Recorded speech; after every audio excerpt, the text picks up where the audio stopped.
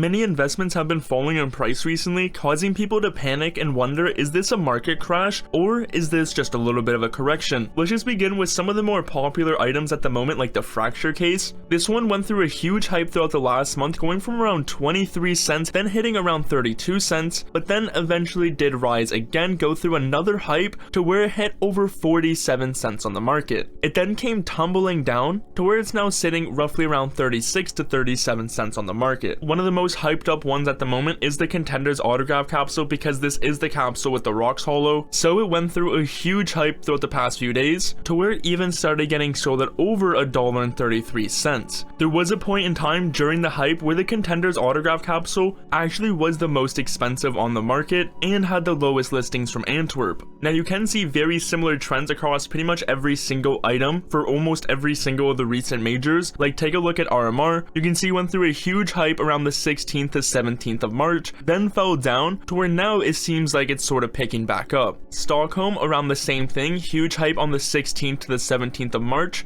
fell down in price to where now it is picking back up. Antwerp, to no surprise, had a huge hype on the 16th to 17th of March, and as you could guess, fell down to where it is recovering once again. Rio, also huge hype on the 16th to the 17th of March, is where pretty much all these majors peaked out to where they started to fall down. So this sort of goes back to that first original question which we were talking about, and that's, is this a market crash or what's really taking place here? And this is where we gotta take a look at what is known as a hype cycle. You could change these labels into whatever you want, but generally you will see this is the same trend which take place across hypes for pretty much any single item. Usually it goes through a big spike, then falls down very fast until it eventually recovers and sort of plateaus out.